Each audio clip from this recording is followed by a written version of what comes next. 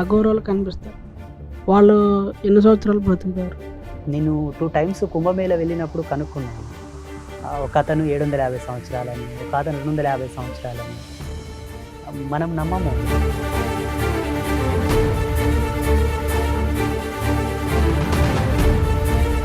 నా పేరు వెంకటేష్. సందేహం ఏంటంటే, మీరు తపస్సు చేశారు కదా, అఘోరాలు కనిపిస్తారు. వాళ్ళు ఎన్ని సంవత్సరాలు బ్రతుకుతారు?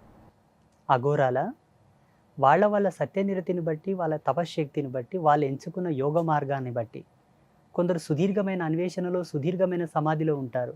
వాళ్ళు 1000 ఆఫ్ ఇయర్స్ ఉంటారు. కొందరు సెట్టింగ్ చేసుకుంటారు. ఇన్ని సంవత్సరాలు ఈశ్వరుని యందు ధ్యానంలో లయించవలే, తదుపరి పరమేశ్వరులు ఐక్యం కావాలి అని చెప్పేసి. ధ్యానంలో లయమయ్యేది వేరు, భగవంతునిలో లయమయ్యేది వేరు.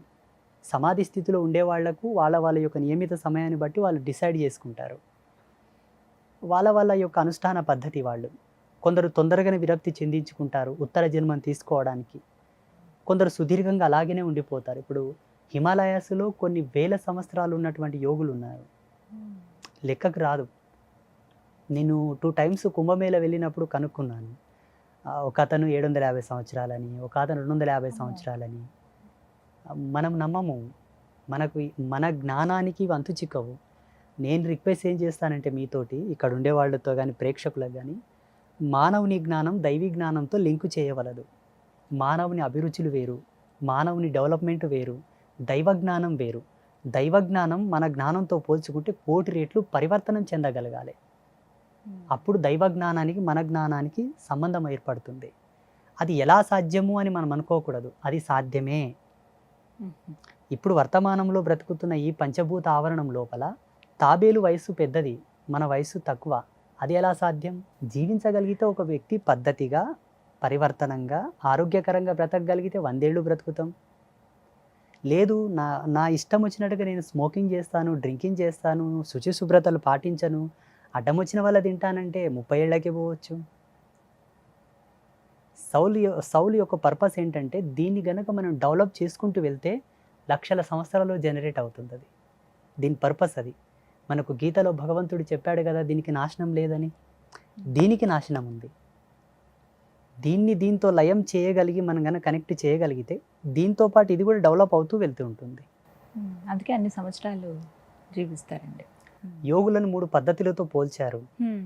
ఒకటి తేనె, హనీ. 2 నెమలి పించం. ఈ జగతిలో నెమలి పించం, తేనె నాశనం అవ్వవు. ఎన్ని సంవత్సరాలన్నా దాన్ని మీరు ప్రెజర్ చేయండి, అన్ని సంవత్సరాల వరకు ఉండిపోతాయి. అందుకే శ్రీకృష్ణ పరమాత్ముడు నెమలి పించాన్ని ధరించాడు. అస్కళిత బ్రహ్మచర్యమునకు, చిరంజీవి తత్వానికి ప్రతీక. ఆ భగవంతుడు దానికి సూచన కాబట్టి ఆయన ధరించాడు దాన్ని. యోగులను కూడా దానితోనే పోలుస్తారు. అది యోగ రహస్యం, మీకు అర్థం కాదు. నమ్మాలి అంతే, మనసు పెట్టి నమ్మండి చాలు. సాధ్యమవుతుందా? అందరికీ సాధ్యం అంటే అది ఆ పద్ధతిలో మీరు నడవగలిగితే. ఇప్పుడు ఎద్దుకు మెడ మీద కాడి పెట్టి పనులు చేయిస్తారు, గాడిదకు వీపు మీద బరువు పెట్టి పనులు చేయించుకుంటుంటారు. దీని బలం దీనిది, దాని బలం దానిది. దాన్ని దీనిలా వాడకూడదు, దానిలా వాడకూడదు. మీరు మాలా జీవించగలిగితే ఓకే, మీరు కూడా సాధించగలరు. ఆ మార్గాలు అంటే ఏ విధంగా కొన్ని సూచించండి వారికి. దానికి దీక్షా నియమావళి ఉంటుంది, ఆచార ధర్మాలు ఉంటాయి, కొన్ని కట్టుబాట్లు ఉంటాయి. కొన్నింటిని వదులుకోవాలి, కొన్నింటికి అనుగుణంగా నడవాలి. అప్పుడు కానీ అది అలవరదు. కష్టం అంటారా?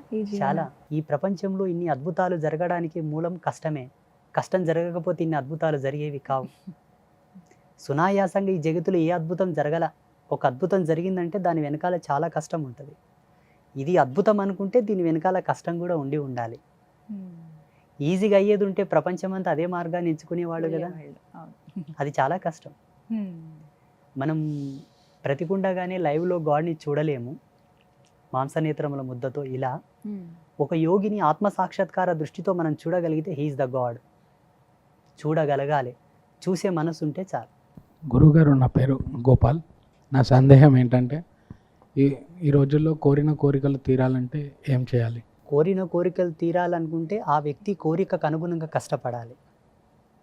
కోరిన కోరికలు భగవంతుడు తీర్చడానికి సంసిద్ధుడై ఉన్నా ధర్మమీమాంస సూత్రాన్ని భగవంతుడు కూడా చూస్తాడు.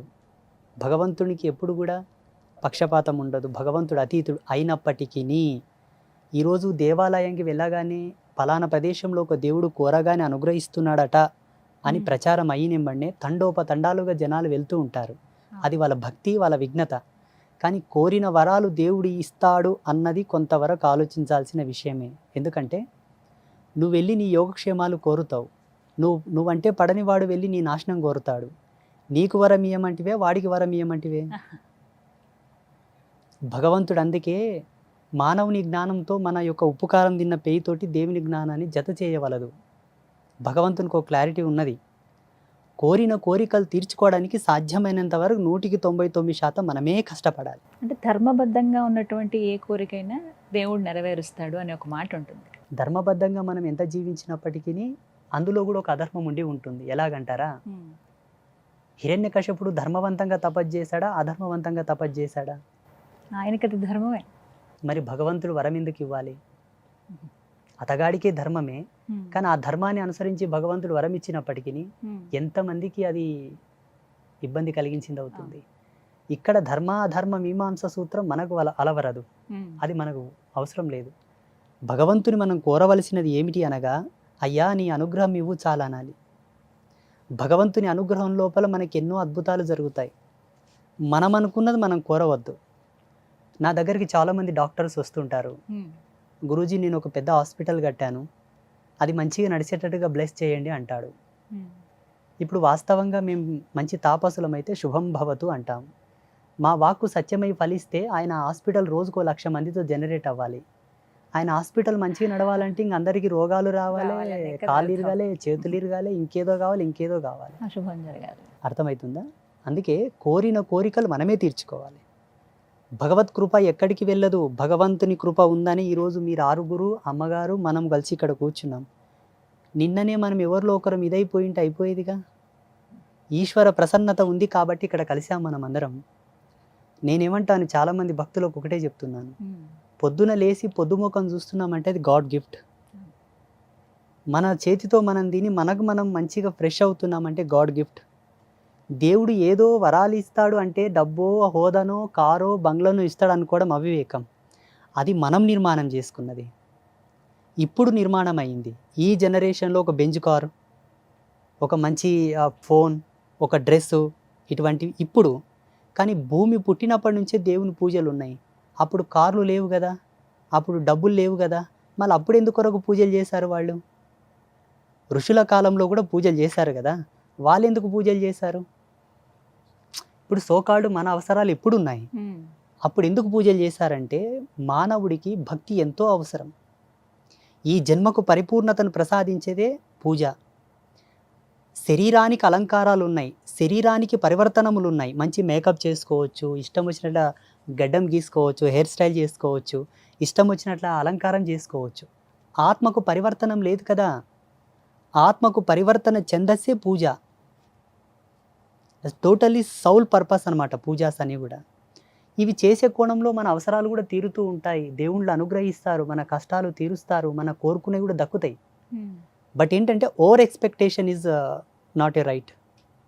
అధిక మోతాదులో దాన్నే ఫోకస్ చేస్తూ పూజలు చేయడం వలన సైడ్ ఎఫెక్ట్ వస్తుంది, రియాక్ట్ అవుతుంది. ఇంకా